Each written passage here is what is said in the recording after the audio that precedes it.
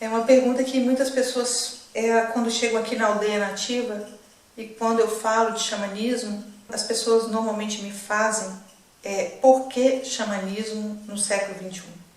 Por que resgatar uma cultura nativa, uma cultura não letrada, conhecimentos, sabedorias tão antigas, sendo que nós já estamos com muitas conquistas em relação à ciência, em relação à medicina, em relação ao bem-estar e à cura.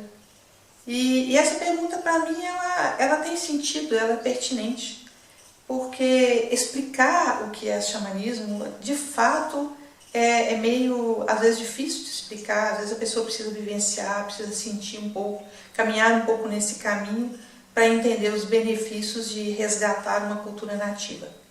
Nós sabemos que nós temos muitas conquistas, sim, e nós experimentamos essas conquistas. Eu mesmo estou aqui de frente de um vídeo, então isso não seria possível lá uns 3, 4 séculos atrás, mas também nós, no nosso momento histórico, nosso momento cultural, nós podemos sentir, e as pessoas reclamam disso também e sentem isso. Isso é um sentimento muito, muito comum de perceber o quanto que as pessoas se sentem também sem sentido, vazias, com muitas conquistas materiais, com muitas conquistas intelectuais, mas sem de fato tocarem em algo interno que de verdade faça sentido.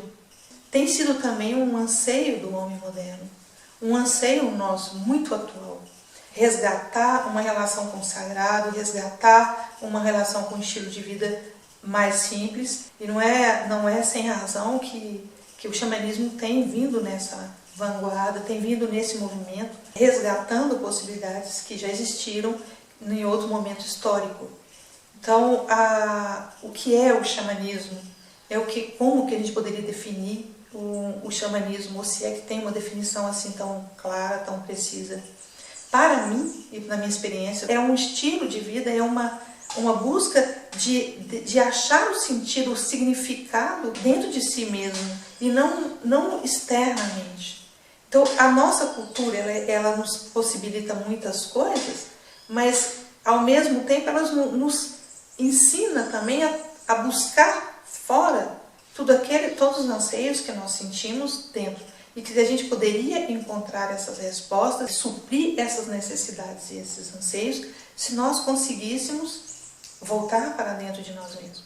Então, as culturas xamanísticas, as culturas indígenas, nativos, que viveram em outros momentos, e alguns ainda coexistem conosco nesse momento nosso, histórico, mas essas culturas xamanísticas, elas tinham uma outra relação com a natureza, com as pessoas, uma relação que coincide até com uma visão do pensamento moderno, uma relação sistêmica, uma relação de entender o universo, e entender as coisas como uma grande teia.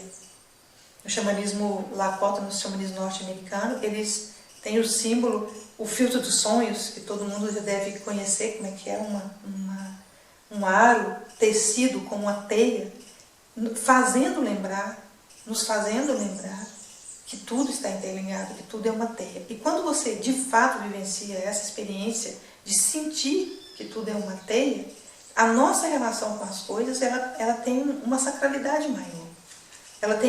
Nós deixamos de ver as coisas apenas como coisas a nosso propósito, coisas como matéria, e começamos a relacionar com todas as coisas que estão conosco, coexistindo, com mais sacralidade. Então aí a gente começa a enxergar o sagrado em tudo.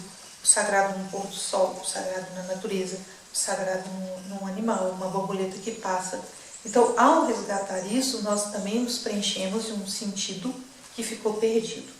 Então, dentro das práticas xamânicas, nós podemos resgatar um jeito diferente de ver, um novo olhar. É ter para o mundo um novo olhar, para esse mesmo mundo que você vive. Não precisa de sair daqui e viver numa floresta ou viver isolado, não é isso. É nesse próprio mundo que nós estamos vivendo, é resgatar uma sacralidade perdida. Essa sacralidade é que nós perdemos.